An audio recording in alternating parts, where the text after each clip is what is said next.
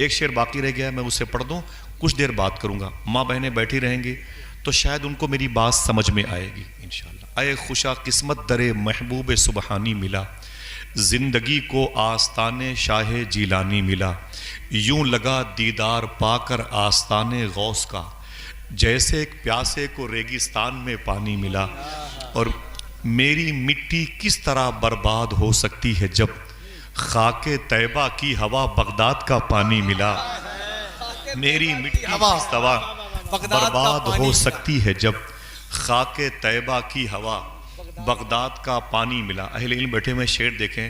خیر امت سے ہوا پیدا خدا کا شکر ہے، اور پیر بھی مجھ کو ملا تو پیر لاسانی ملا.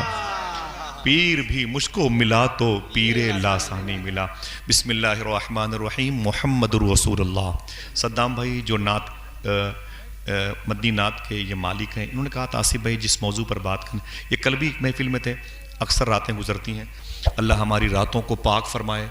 اور ہمیں اگر شوق ہے موبائل دیکھنے کا تو ہمیں بزرگوں کی باتوں کو سننے کی توفیق عطا فرمائے. بس یہ سیدھی سیدھی بات ہے اپنے دوستوں کی خواہشات کے احترام کے لیے. اللہ فرماتا ہے محمد رسول اللہ، محمد اللہ کے رسول ہیں.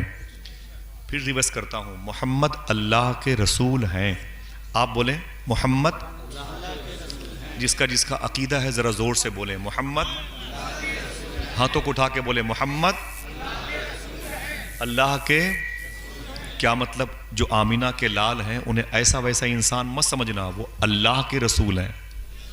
وہ ان کی بھیڑ بکریاں چراتے تھے، لیکن شاعر نے کہا نہ حلیمہ بھید کھلا ہے یہ، نہ مقام چون چرا ہے یہ. تو خدا سے پوچھ وہ کون تھے تیری بکریاں جو چرا گئے. وہ اللہ کے رسول ہیں. سمجھ رہے ہیں بھائی؟ وہ حضور کون ہیں؟ عام انسان مت سمجھے. مکے کی گلیوں میں چلتے ہیں حضور، اپنے مبارک ہاتھوں سے اپنی جوتی شریف کو درست کرتے ہیں، لیکن پھر بھی وہ اللہ کے رسول ہیں. حضور کا یہ لیول ہے، یہ اسٹیٹس ہے کہ وہ اللہ کے. اونچی بولے. پھر آگے ایک سوال ہے، وہ تھے نہیں بلکہ ہیں. وہ بہت سے لوگ یہ نظام مئی میں تھے،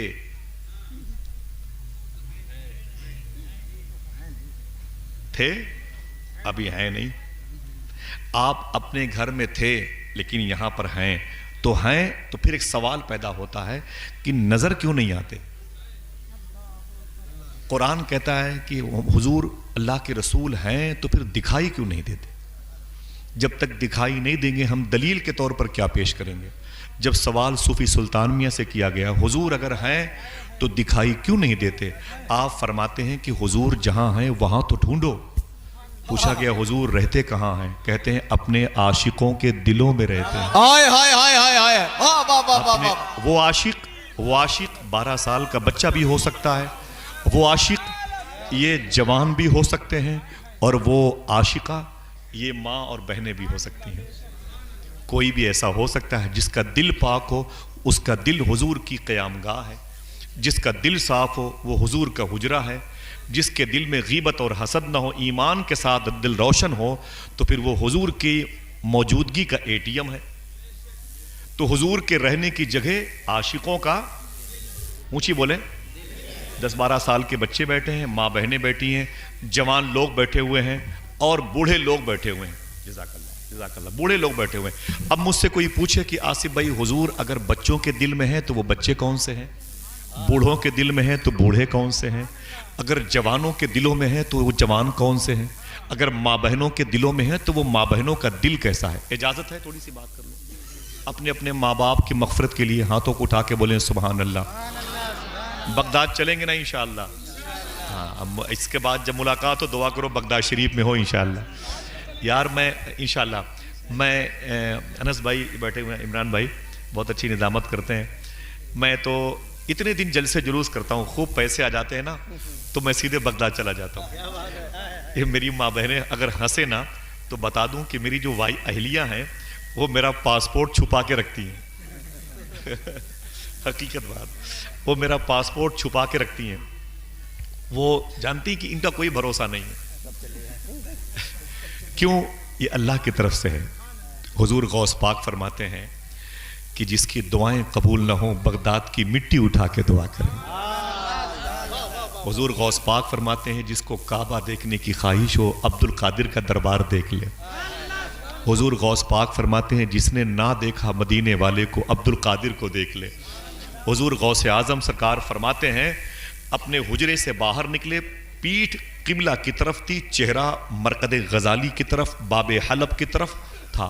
حضور غوث اعظم فرماتے ہیں میرے دادا مدینے والے آقا نے ارشاد فرمایا من زارا قبری وجبت لہو شفاعتی، جس نے میری قبر کی زیارت کی اس پر میری شفاعت واجب ہے. غوث پاک فرماتے ہیں میں ان کا بیٹا عبد القادر کہہ رہا ہوں جو اس گلی سے گزر جائے گا اس پر میری شفاعت واجب ہے. ہائے ہائے ہائے، نعرہ تکبیر، ہے سرکار غوث اعظم، نعرہ رسالت، عظمت مصطفیٰ کانفرنس، یہ شان عظمت ہے سرکار شہنشاہ غوث بغداد. قیصر بھائی، مولانا کمال بھائی، حضور غوث اعظم ایک جملہ ارشاد فرماتے ہیں، فرماتے اے لوگوں سنو، ولایت میرے گھر کی کھونٹی پہ ٹنگی رہتی ہے. ولایت میرے گھر کی کھونٹی پہ ٹنگی رہتی ہے، جس کو چاہتا ہوں اتار کے دے دیتا ہوں اور جس کی چاہتا ہوں اتار کے ٹانگ دیتا ہوں. چلیں گے بغداد شریف؟ ہاتھوں اٹھا کے بولیں. پہلوان بھائی، احمد بھائی بولے ماشاءاللہ، ذرا ہاتھوں اٹھا کے بولیں انشاءاللہ. اللہ تعالیٰ حضور غوث پاک کے دربار کے کتوں کا جھوٹا عطا فرمائے. غوث پاک کے دربار کی بڑی شان ہے. میں چاہتا ہوں کہ مجھ سے زندگی بھر لوگ غوث پاک کی باتیں سنیں، ٹھیک ہے؟ اور بہت دیر تک ہم قیصر بھائی تھے، سب لوگ بیٹھے ہوئے تھے تو بات غوث پاک کی چل رہی تھی. تھوڑی سی بات وہ جن کے دلوں میں حضور ہیں وہ کون ہیں ان کی بات کر لوں. میرے بڑے بھائی ادھر سے بیٹھے ہوئے ہیں، میں معافی چاہتا ہوں ان کی طرف میں مخاطب نہیں ہو پا رہا ہوں، لیکن ان کا دل اتنا پاک نہ ہوتا تو پھر حضور کی محفل میں نہ ہوتے. ماں باپ نے ان کو اچھا دودھ نہ پلایا ہوتا تو پھر حضور کی محفل میں نہ ہوتے. یہ ماں باپ کی تعلیم کا اثر ہے. دیکھ رہے ہیں آپ، کوئی بھی کھڑا ہو کے پیچھے دیکھے، یہاں سے وہاں تک ماں بہنوں کا ہجوم. بابا فرید گنج شکر سے یہ واقعہ حضور سے یہ شباہت میں نے بیان فرمایا. وہ فرماتے ہیں بابا فرید گنج شکر نے اپنی ماں سے کہا اے میری ماں، تیرا بیٹا فرید بڑے اونچے اسٹیٹس پر آ گیا ہے، اب اسے جو دیکھتا ہے کلمہ پڑھ لیتا ہے،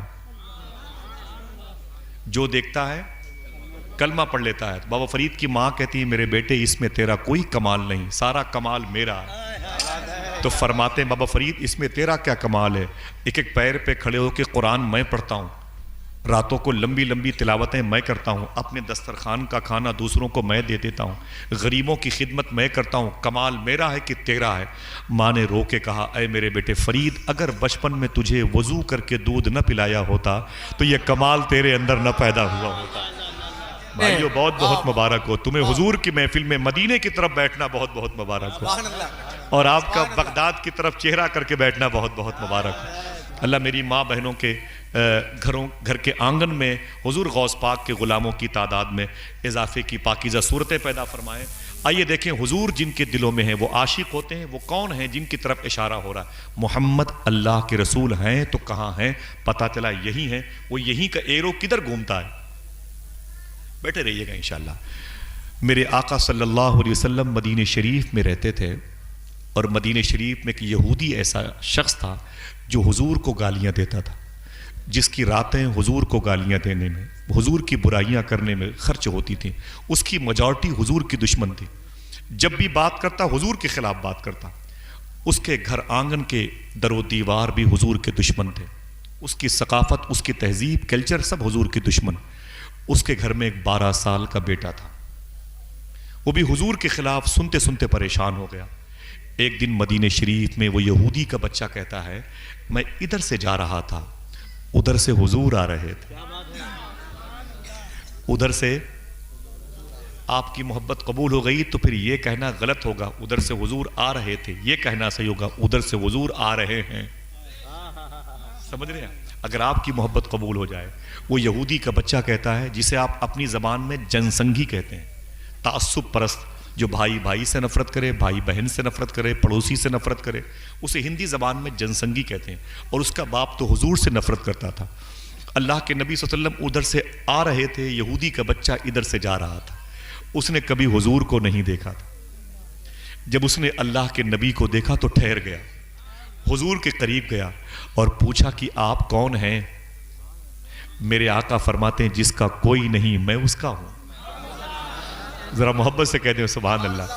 میرے آقا فرماتے ہیں قرآن مجھ پر نازل ہوا ہے، میرے آقا فرماتے ہیں میں رسولوں کا سردار ہوں. سبحان اللہ کہتے ہیں. ایک بات کہہ دوں, میرے آقا فرماتے ہیں جسے بھوک لگے مجھے دیکھ لے, جسے پیاس لگے مجھے دیکھ لے. یتیموں کے سر پہ میں سایہ شفقت بن کے رہتا ہوں, بیواؤں کے سر کا آنچل ہوں. قرآن مجھ پر نازل ہوا ہے, سچے خدا کا پتہ بتانے کے لیے میں آیا ہوں. بچہ دنگ رہ گیا. حضور کی باتیں اتنی اچھی تھیں, حضور کے لب اتنے اچھے تھے, سبحان اللہ, حضور کی پیشانی اتنی اچھی تھی. شاعر کہتا ہے تیرا حسن میری نگاہ میں بخدا خدا کی کتاب ہے, تیری بندگی تو الگ رہی تجھے دیکھنا بھی ثواب ہے. ابھی ہم نے حضور کو دیکھا نہیں ہے, اس لیے خدا کی قسم ہمیں احساس نہیں حضور کے حسن کا. بتا دو دنیا والوں سے, جب حضور کو دیکھو گے تو چیخ چیخ کر کے کہو گے یہ سارے موبائل کے اسکرین کے چہرے فراڈ ہیں, فراڈ. حضور کا چہرہ اتنا حسین ہے, لگتا ہے کہ لفظ حسن کی ڈلیوری حضور کی وجہ سے ہوئی ہے. سمجھ گئے, لفظ حسن کو اللہ نے پیدا کیا ہے. وہ یہودی کا بچہ کہتا میں دنگ رہ گیا حضور کو, میں نے کبھی ایسی پیشانی نہیں دیکھی, میں نے کبھی ایسے لب نہیں دیکھے, میں نے کبھی ایسے رخسار نہیں دیکھے, میں نے کبھی ایسا ذقن نہیں دیکھا, میں نے کبھی ایسا بطن نور نہیں دیکھا. علیہ السلام خیریت ہے ماشاء اللہ. ذرا محبت سے اپنے ماں باپ کی مغفرت کے لیے پھر سے کہتے ہیں سبحان اللہ. حضور کے حسن کی بات ہو رہی. وہ بچہ کہتا میں تڑپتا رہا. حضور واپس اپنے غلاموں کے ساتھ چلے گئے. جب حضور چلے گئے تو بچے کی آنکھوں کے راستے سے حضور اس کے دل میں آ گئے. توجہ ہے آپ کی, دیر ہوئی ہے, الجھن ہوگی مجھے معلوم ہے, لیکن بیٹھے رہیے کہ میں آپ سے کوئی کام نہیں لے رہا ہوں, نہیں آپ کو پریشان کروں گا. آپ توجہ رکھیے گا. میرے آقا صلی اللہ علیہ وسلم کا وہ عاشق کہتا ہے, بچہ کہتا ہے 12 سال کا, وہ کہتا ہے حضور کی محبت میری آنکھوں کے راستے سے میرے دل میں آ گئی. جب گھر میں آیا نا, جب بستر پہ آیا تو رونے لگا. سبحان اللہ. آپ زور سے بولتے بھی نہیں ہیں. آپ کی ماں مسلمان ہے, آپ کے باپ مسلمان, آپ کی بہنیں مسلمان, آپ کی بہنوں کی گود کے بچے مسلمان, آپ کا کلچر مسلمان ہے, تب آپ نہیں بولتے سبحان اللہ. اس بچے کا کوئی نہیں تھا, گھر کے در و دیوار کفرستان کی علامت تھے, لیکن بچہ بستر پہ حضور کو یاد کر کے رو رہا ہے. ایک یہودی کا بچہ حضور سے محبت کر بیٹھا, حضور کو دل دے بیٹھا. دن بھر اس کی ادھر ادھر سے گزرتی, راتوں کو بستر پہ روتا. شاعر نے کہا دن تو ہنس بول کے بچوں کی طرح بیت گئے, رات آئی تو تیری یاد نے سونے نہ دیا. اپنے بستر پہ اٹھ اٹھ کر کے حضور کو یاد کرتا تھا, حضور کی آنکھوں کو سوچتا تھا, حضور کی پیشانی کو سوچتا تھا, حضور کی زلفیں سوچتا تھا. اچانک اس کا دل تبدیل ہوا. ابن عساکر بیان فرماتے ہیں جب مسجد نبوی شریف میں اذان کا وقت ہوتا تو حضرت بلال اپنے گھر سے نکلتے, اور جیسے اذان دیتے تو حضور اپنے حجرے سے نکلتے. یہ یہودی کا بچہ بھی اپنے گھر سے نکلتا تھا. اور کوئی بولے اللہ اس سبحان اللہ کا ثواب اس مبارک قصبے کے مرحومین کی روح کو نظر فرما دے. یہ افضل پور ساتوں, باغ بنسی, نظام مئی اور نئی بازار جہاں جہاں سے لوگ آئے ہوئے ہیں, اللہ سب میرے بھائیوں کے ہر ہر قدم میں برکتیں عطا فرما. اور انشاءاللہ دعا ہے میری کہ خواجہ کڑک عبدال شاہ کرم فرمائیں گے تو بغداد شریف چلیں گے انشاءاللہ. ہاتھوں کو اٹھا کے بولیں انشاءاللہ. وہ بچہ کہتا ہے میں تڑپتا رہا. ابن عساکر بیان فرماتے ہیں کہ حضور صلی اللہ تعالی علیہ وسلم جب بلال کی اذان کی آواز سن کے, عمران بھائی جب نکلتے نا قیصر بھائی, تو یہ بچہ بھی نکلتا. بتا دوں بچہ کام کیا کرتا تھا. جیسے حضور اپنی مسجد میں آتے نا, یہی بچہ حضور کے لیے لوٹے میں پانی لے کر کے کھڑا رہتا تھا. حضور صلی اللہ علیہ وسلم اس یہودی کے بچے سے لوٹا لے کر کے وضو فرماتے تھے, اور جب حضور وضو فرما چکے ہوتے تھے تو اپنی مسجد کے اندر چلے جاتے. جب حضور اندر چلے جاتے تو دیکھنا کتنے لوگ سبحان اللہ کہتے ہیں یہی یہودی کا بچہ حضور کی چپل شریف اٹھا کر کے اپنے سر پہ رکھ کے کھڑا رہتا. اعلیٰ حضرت کے سگے منجلے بھائی علامہ حسن رضا بریلوی کہتے ہیں جو سر پہ رکھنے کو مل جائے نالے پاک حضور تو پھر کہیں گے کہ ہاں تاجدار ہم بھی ہیں. نال بولتے ہیں چپل شریف کو, جوتی شریف کو. میرے آقا کی جوتی شریف کو یہی بچہ سینے سے لگا کے اپنے سر پہ رکھ کے کھڑا رہتا تھا. میرے آقا نماز عشق پڑھاتے, اور جب حضور نماز پڑھا کے واپس آتے تو یہ بچہ اب حضور کی چپل شریف کو حضور کے قدم شریف کے آگے رکھ دیتا. میرے آقا صلی اللہ علیہ وسلم اپنی جوتی شریف کو, چپل شریف کو پہن کر کے آہستہ آہستہ اپنے حجرے میں داخل ہو جاتے تھے. سبحان اللہ. یہ بچہ حضور کے چہرے کو دیکھتے دیکھتے واپس چلا آتا تھا. دن بدلتے گئے, صبح شام میں تبدیل ہوئے, شام صبح میں تبدیل ہوئے, دن ہفتوں میں تبدیل ہوئے, ہفتے مہینوں میں تبدیل ہوئے. آپ کو پتا ہے یہ بچہ حضور کی محبت میں بیمار پڑ گیا. اسی بیماری کو کہتے ہیں بیمار عشق مصطفیٰ کہتے ہیں. شاعر نے کہا بیمار تمہارا ہوں دوا مانگ رہا ہوں, مرنے کی مدینے میں دعا مانگ رہا ہوں. لوگ اسے سمجھتے تھے یہودی کا بچہ ہے. انہیں کیا پتا تھا کہ عشق انسان کو قلندر بو علی کرتا ہے, عشق پاگل نہیں پاگل کو ولی کرتا ہے. واہ واہ واہ. دل اس نے حضور کو دے دیا تھا. ذرا محبت سے کہہ دیں سبحان اللہ. اللہ ان ماؤں کی گود کے بچوں کو غوث پاک کا فقیر بنائے. آمین کہہ دیں, ہاتھوں کو اٹھا کے آمین کہہ دیں. وہ بچہ حضور کی محبت میں عجیب و غریب کیفیت میں آ گیا. معلوم ہے کیا ہوا؟ اب نہ اسے کھانا اچھا لگتا, نہ اسے پانی اچھا لگتا, نہ وہ بچہ سکون سے کسی سے ہنس کے بات کرتا. باپ نے اپنے بچے کو اپنے وقت کے بڑے بڑے حکیموں کے پاس لے گیا, اس کے علاج کے لیے بڑی کوشش کی. لیکن مصرع کیا کہا تھا شاعر نے؟ مرض بڑھتا گیا جو جو دوا کی. جیسے جیسے اس کی دوا ہوتی رہی اس کی بیماری بڑھتی رہی. کیوں؟ یہ عشق رسول ہے. میرے امام نے کہا عشق رسول کی آگ میرے دل میں اتنی تیز روشن ہے کہ یہ آگ جہنم کی آگ کو بجھائے گی. اے عشق تیرے صدقے جلنے سے چھٹے سستے, جو آگ بجھا دے گی وہ آگ لگائی. مرزا غالب نے شعر کہا تھا یہ عشق نہیں آسان, بس اتنا سمجھ لیجئے ایک آگ کا دریا ہے اور ڈوب کے, یہ نہیں کہا ڈوب جانا ہے. یہ جو سڑکوں پہ ٹہلتے ہیں عاشق ہونے کا اعلان کرتے ہیں یہ سب ڈوب جاتے ہیں. ان کا عشق دھوکہ ہے, فراڈ ہے. امام غزالی فرماتے ہیں دنیا ایک حسین دھوکہ ہے, ایک خوبصورت فراڈ ہے. یہ جو بچے عشق کا اعلان کر رہے ہیں یہ عشق نہیں, یہ دھوکہ ہے. سمجھے؟ حقیقی عشق تو اللہ اس کے رسول سے ہوتا ہے. سمجھے؟ اس بچے کو عشق ہو گیا. سبحان اللہ. محبت سے کہہ دیں. معلوم ہے جب بچہ بیمار پڑ گیا تو باپ نے بڑا علاج کیا, بڑے حکیم بدلے, بڑے بڑے مطب خانے میں گیا, مستشفیٰ میں گیا. بچہ ٹھیک نہ ہوا, یہاں تک کہ بستر پہ بستر بن گیا. اب وہ مرنے کی پوزیشن میں آ گیا. ٹھیک ہے بھائی, بچہ مرنے کی پوزیشن میں آ گیا. باپ کو یقین ہو گیا کہ میرا بیٹا بچے گا نہیں, اب قطعاً نہیں بچے گا. معلوم ہے کیا ہوا؟ باپ اپنے بیٹے کی بستر پہ آیا, روتے ہوئے بولا میرے بیٹے تو بچے گا نہیں, میں نے بڑا علاج کیا ہے, لگ رہا ہے تیرا جنازہ میرے کاندھے سے آگے بڑھے گا. کلیم دانش کانپوری نے کہا تھا کوئی اس درد کو ایک باپ سے بہتر نہ سمجھے گا, جواں بیٹا گزر جائے تو کاندھا ٹوٹ جاتا ہے. سمجھ رہے ہیں آپ؟ باپ نے کہا میرے بیٹے تو بچے گا نہیں, اے میرے بیٹے تیرے بچنے کی صورت ختم ہو گئی ہے, اگر تیری کوئی آخری خواہش ہو تو مجھے بتا دو. بچے نے کیا کہا؟ ابو میری آخری خواہش آپ پوری نہیں کریں گے. باپ نے کہا نا نا نا میرے بیٹے تو مرنے والا ہے, تیری آخری خواہش میں پوری کروں گا, اپنی طاقت و قوت و بساط اوقات کے مطابق اب تیری آخری خواہش پوری کروں گا. بچے نے اپنی خواہش کا جو اظہار کیا, دیکھنا ہے کہ اس محفل میں کتنے لوگ سبحان اللہ کہتے ہیں. اگر بات آپ کے دل کو چھو جائے تو پھر محبت سے اپنے ہونے کا اعلان کیجئے گا.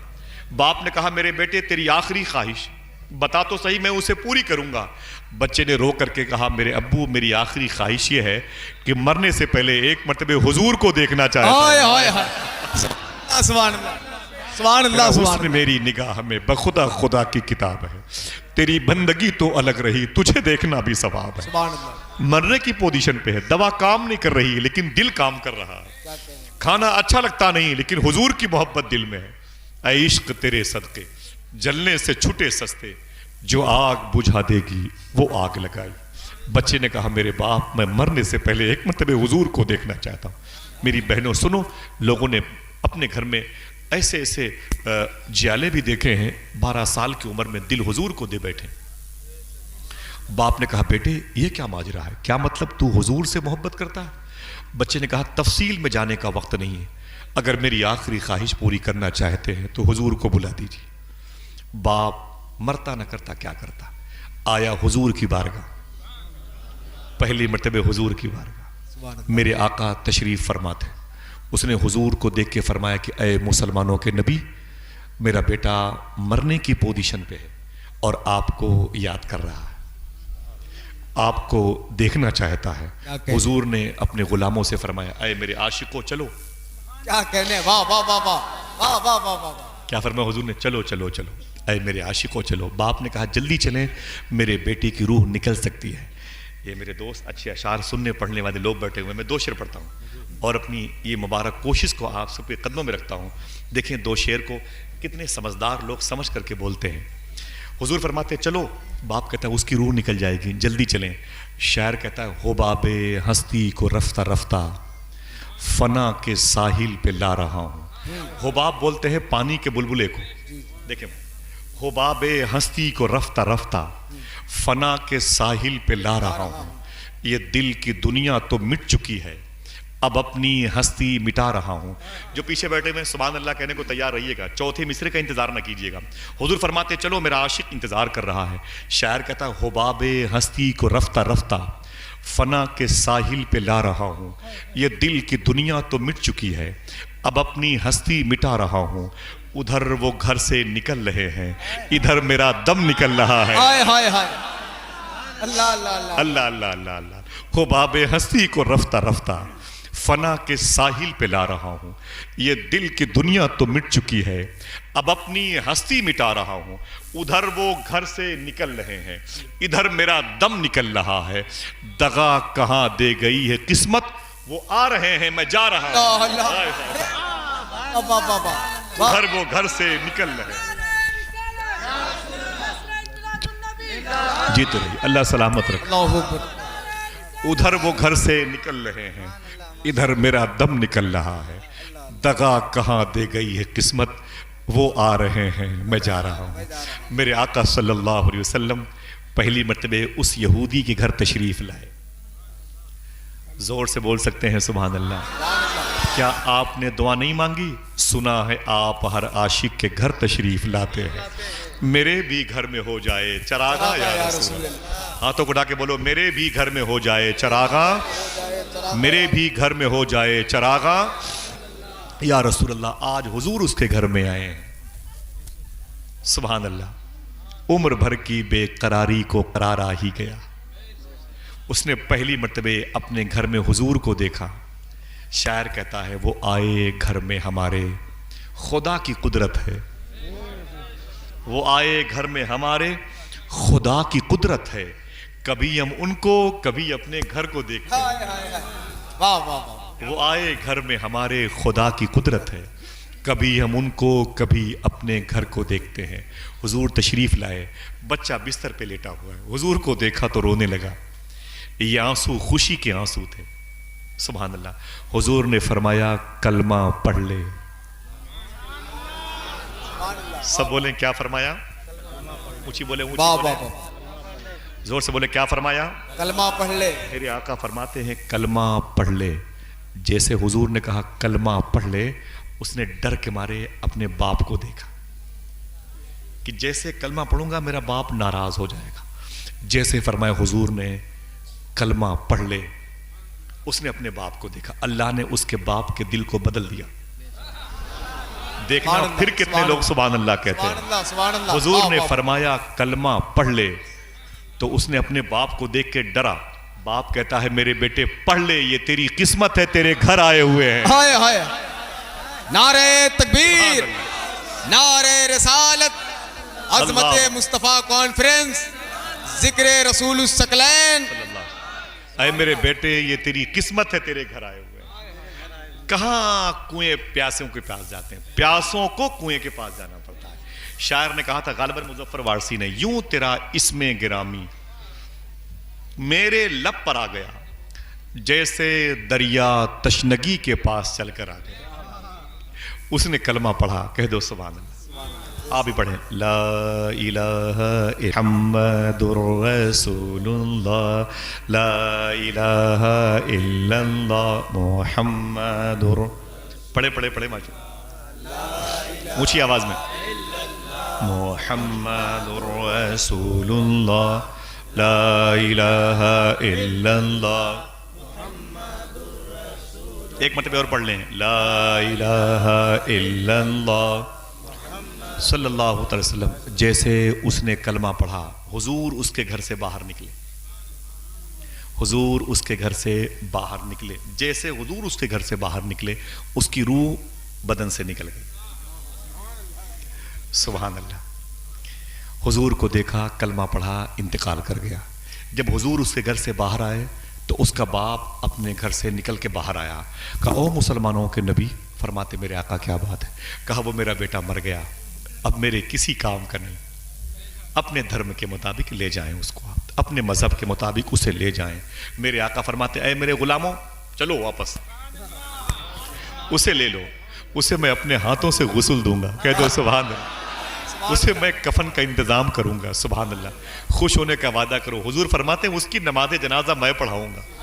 اللہ اللہ. فرماتے میرے عاشق کو اٹھا لو, اس میرے عاشق کو, میرے غلاموں اٹھا لو اس عاشق کو, اسے لے چلو میری مسجد نبوی شریف کے پاس, میرے حجرے کے پاس. کیا مطلب؟ شاعر کہتا ہے کہ حضور یہ چاہتے تھے اعلان کر دو. دیکھنا کہاں کہاں سے لوگ سبحان اللہ کہتے ہیں. میرے آقا اعلان کرنا چاہتے تھے, بتا دو دنیا والوں کو عاشق کا جنازہ ہے ذرا دھوم سے نکلے, عاشق کا جنازہ ہے ذرا دھوم سے نکلے, محبوب کی گلیوں میں ذرا گھوم کے نکلے. میرے آقا صلی اللہ علیہ وسلم اسے لے کے آئے.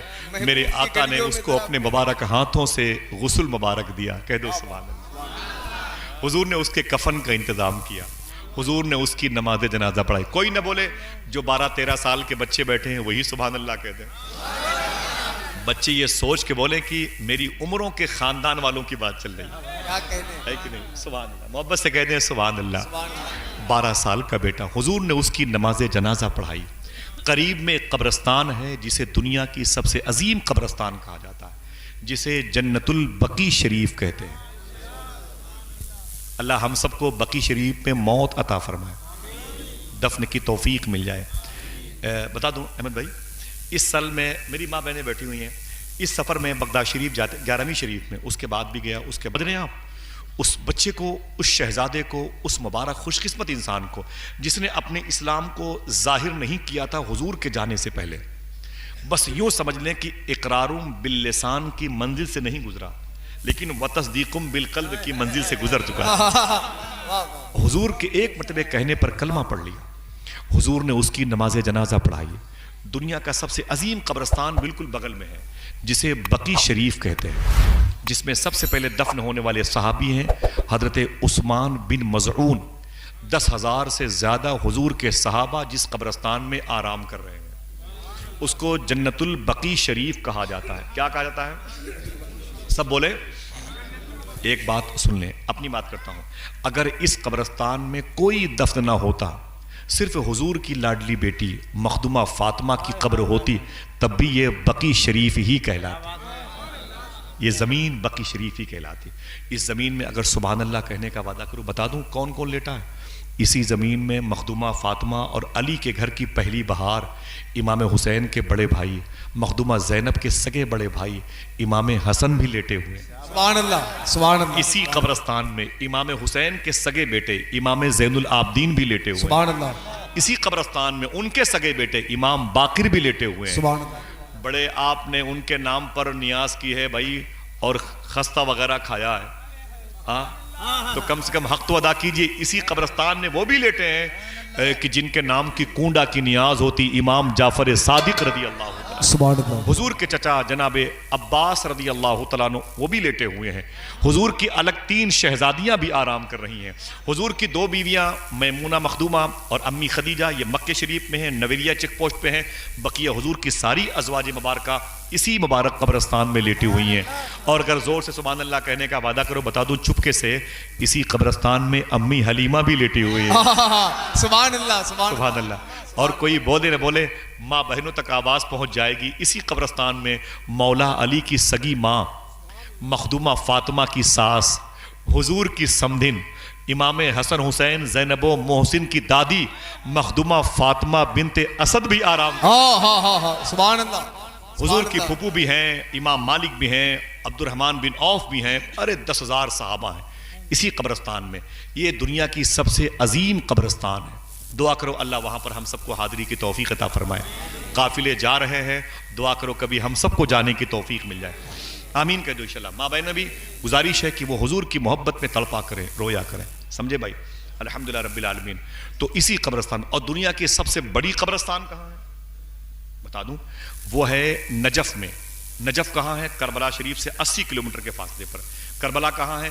بغداد شریف سے تقریباً 150-200 کلومیٹر کے فاصلے پر. نجف اشرف کی زمین, جہاں پر دنیا کی سب سے بڑی قبرستان ہے, جس میں ایک نہیں بلکہ اور بتاتے ہیں کہ 2-3 کروڑ سے زیادہ قبریں ہیں.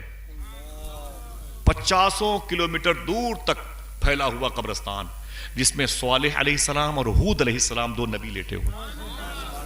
میں ابھی 11 تاریخ کو واپس آیا تھا, تو صبح فجر کی نماز میں نے مولا علی کے دربار میں پڑھی, اکیلے تھا, اور دنیا کی سب سے بڑی قبرستان چلا گیا, صالح علیہ السلام اور ہود علیہ السلام کی بارگاہ میں. وہاں پر میں نے فاتحہ خوانی کی. آپ کتنا چل پائیں گے وہاں پر؟ بڑے بڑے مشہور مقبول لوگ وہاں آرام کر رہے ہیں. یہ الگ بات ہے کہ ان کی نیم پلیٹ, ان کی تختیاں آپ کو نظر نہیں آتی ہیں. اہل تشا کا بڑا غلبہ ہے. تو دنیا کی وہ سب سے بڑی قبرستان ہے. ایشیا کی جو سب سے بڑی قبرستان ہے وہ پڑوسی ملک میں ٹھٹھا شریف ہے, ٹھٹھا شریف بولتے ہیں اس کو. اور دنیا کی اس کے بعد جو سب سے بڑی قبرستان ہے وہ دمشق میں باب الصغیر قبرستان ہے. ماں بہنے بیٹھے, بیٹی بیٹھو, منا بھائی, ارے نا ماشا بیٹھے. یہاں واللہ العظیم بتاؤں, یہاں کسی کو منع کرنے کی ضرورت نہیں. اللہ کا شکر ہے ایسے اشاق بہت کم ملا کرتے, روز جلسے کرتا ہوں. ابھی میں بتا دوں کہ میری کل کی پرسوں کی کہاں کی مصروفیت ہے. آپ بولو گے آصف بھائی انسان ہے کہ جنات ہیں, کہاں جاتے رہتے ہیں. لیکن اللہ کا شکر ہے کہ اتنی خاموشی سے محفلوں میں لوگ کم سنتے ہیں. بچوں سے بھی گزارش ہے تھوڑا سا خاموش رہیں, تھوڑی دیر بات کرتا ہوں بس انشاءاللہ. تو دنیا کی سب سے بڑی قبرستان, عظیم قبرستان ہے بقی شریف, جس میں اس 12 سال کے بچے کو دفنایا گیا. حضور اس کے جنازے کو لے کے گئے تھے. ایک بات, لیکن گرمی زیادہ نہیں تھی اور بھیڑ زیادہ نہیں تھی. اس کے باوجود حضور صلی اللہ علیہ وسلم بار بار اپنی پیشانی سے پسینے پوچھ رہے تھے. حضور کا کوئی عمل ایسا نہیں ہے کہ جو سبحان اللہ کہنے میں دیر کرے. اور اللہ کے نبی صلی اللہ علیہ وسلم پنجوں کے بل چل رہے تھے. بولے بھائی جان سبحان اللہ. بھیڑ زیادہ نہیں تھی اور گرمی زیادہ نہیں تھی, لیکن حضور صلی اللہ علیہ وسلم پسینے مبارک پہنچ رہے تھے اور پنجوں کے بل چل رہے تھے. تدفین کے بعد یعنی مٹی ہونے کے بعد لوگوں نے پوچھا حضور سے, آقا گرمی بھی زیادہ نہیں تھی, بھیڑ بھی زیادہ نہیں تھی, آخر آپ نے اس کے جنازے میں یہ بار بار پسینے مبارک کا پوچھنا کیا مطلب, اور پنجوں کے بل چلنے کا کیا مطلب؟ جو ممبر پر بیٹھے ہیں وہ بھی سبحان اللہ کہیں گے, اور جو کرسیوں پر بیٹھے ہیں وہ بھی سبحان اللہ کہیں گے. کم سے کم قلعہ شریف کے شہنشاہ تک تو آواز پہنچ جائے.